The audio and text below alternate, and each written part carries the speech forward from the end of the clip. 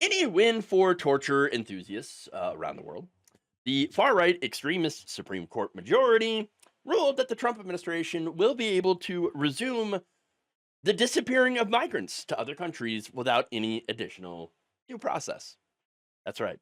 As the court cases play out, now the nation's highest court failed to explain their decision, but they said that the stay of the lower court judge's mandate would terminate should the administration ultimately lose an appeal on the merits. So this appeal, of course, is going to take a very long time, years to complete this all of this litigation, during which, of course, migrants will be now able to be sent to foreign torture gulags, even if they haven't committed any crimes.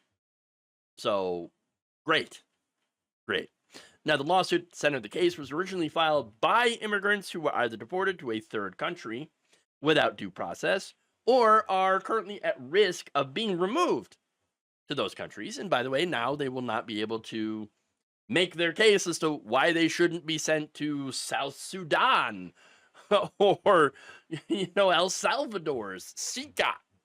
Why, like, now they can't make that they can't go and argue against that. Now, expedited, you're gone. You're gone. And you might not be coming back. There's a very good chance that you won't come back. Now, before reaching the Supreme Court, the case had grown to encompass several other migrants, including 8 men convicted, yes, of violent crime, who were given notices of removal to South Sudan after U.S. District Judge Brian Murphy in federal court in Boston blocked that attempt to deport the group to South Sudan without giving them a sufficient chance to contest their removal. The group disembarked in Djibouti, where they remain in a military base, basically living in some pretty hot, uncomfortable shipping containers. So yeah, and by the way, it's not exactly a safe area to be in. They're pretty close to Yemen, which they could have missile attacks from Yemen come in and hit them. So yeah, not a great situation there. Okay. Now, in the response to the ruling, the Supreme Court's liberal minority, so of course it's 6-3, um, had a dissent. Okay, and they got together in this dissent that was penned ultimately by Sonia Sotomayor. So, in her dissent, she accused her colleagues of basically rewarding lawlessness by backing Trump's latest emergency appeal, because everything's an emergency with Trump. Now, her opinion also took aim at the administration's attacks on the judicial system. Sotomayor wrote that the Trump administration had, quote, openly flouted 2 other court orders. And yet, the Supreme Court's like, well, we're going to let you do it anyway. Oh, okay. Great. Quote, even if the orders in question had been mistaken, the government had a duty to obey them until they were reversed by orderly and proper proceedings. The Trump administration was not doing that. No, they were openly flouting. They were sending people anyway. So it didn't matter. It didn't matter. They couldn't even wait for the Supreme Court to rubber stamp this thing. She said that principle is the bedrock of the rule of law.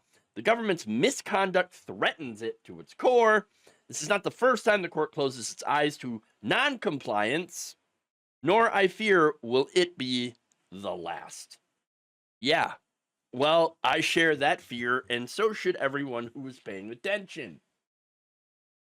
Each time this court rewards noncompliance with discretionary relief, it further erodes respect for courts and the rule of law. Now, the Trump administration has never had any respect for the courts or for rule of law. So it doesn't surprise me.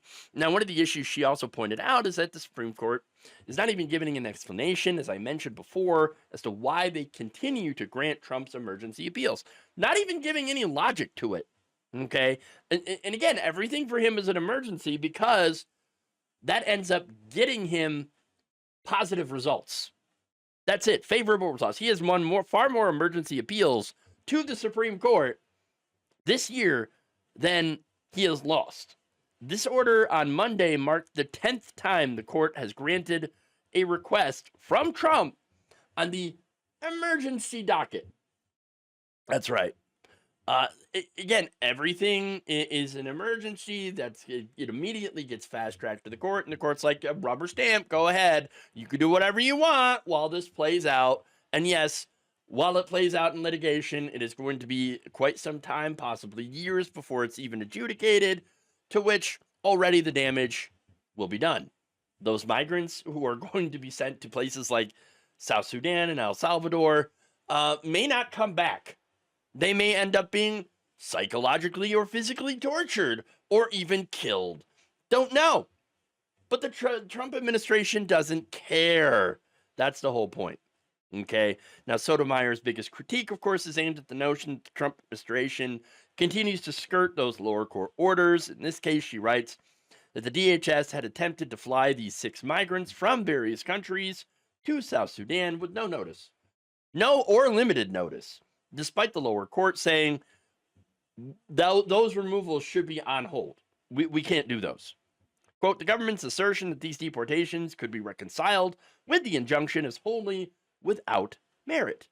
Given its conduct in these proceedings, the government's posture resembles that of the arsonist who calls 911 to report firefighters for violating a local noise ordinance. Wow. Yeah.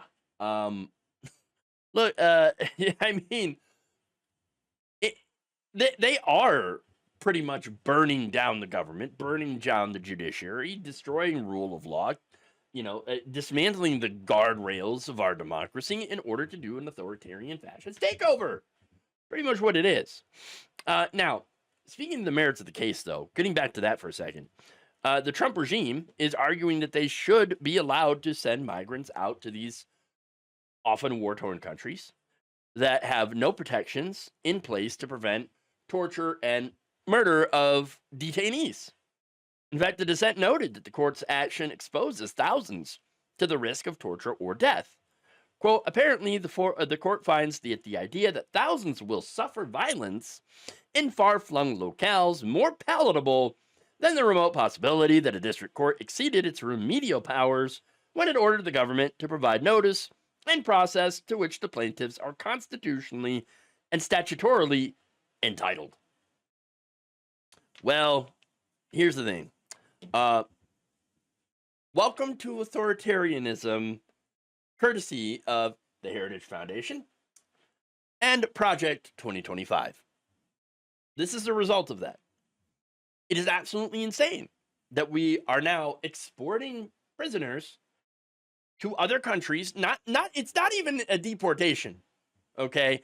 But the deportation is sending them to the countries of their origin. This isn't that. This is sending people who might be from Honduras or Guatemala or wherever. They're sending them to El Salvador, sending them to South Sudan, sending them to basically what is off-site, offshore gulags to be imprisoned, tortured, or even killed. Okay? And again, I'm pretty sure they seem to be pinpointing particular countries that have no issues, no qualms with torture, and that also have some pretty horrific prison conditions. I'm pretty sure that is by design. You cannot convince me otherwise. That this is being done on purpose. It's being done on purpose, I believe, to send a message. What message is that? Don't come here. Don't even try it. Don't even try the legal way. It doesn't matter if you're going to do things here legally. We're going to take those avenues away. We are shutting that down, as they have done with Venezuelan migrants, okay, with temporary protected status. Done that with Haitian migrants, okay, getting rid of that, getting rid of them. We're going to shut down all the legal ways, unless, except for one, I guess. What is that, by the way? Well, that is the pay Donald Trump $5 million to get a golden visa, and then you can come over, which incentivizes people who are rich, okay? And in that case, that shuts out the majority of migrants who come here to escape crushing poverty or war. And so who would buy this $5 million gold card visa? Probably somebody who wants to curry favor with Donald Trump, a foreign national from either Russia, perhaps, or Saudi Arabia. One of those people who actually have a lot of money wanting to buy and curry influence. That's who would take advantage of that. But the average person who's trying to escape poverty, death, or repression, political persecution, all of those types of people completely shut out. Donald Trump wants nothing to do with you. Do not come. Do not come. That is his message. And that's what it is. And again, none of what they're doing, by the way, is about stopping criminal aliens. No, 65% of those who are sent to these overseas gulags, they don't even have criminal records, here or abroad. And by the way, about 70 U.S. citizens have been accidentally sent to these other countries as well. So, I mean, try to convince me that it's a mistake. No, not going to work. I'm pretty sure that all of this was the plan all along. Thank you for watching. If you enjoyed this video, please like, share, subscribe, hit the bell icon in order to get notified whenever a new video is released. And if you want to support independent, progressive media through this difficult time where it seems like everybody is shutting down, you can become a member on our YouTube page, you can become a subscriber on Facebook, or you can go to my Patreon. It's patreon.com/Jeff Waldorf. Thank you.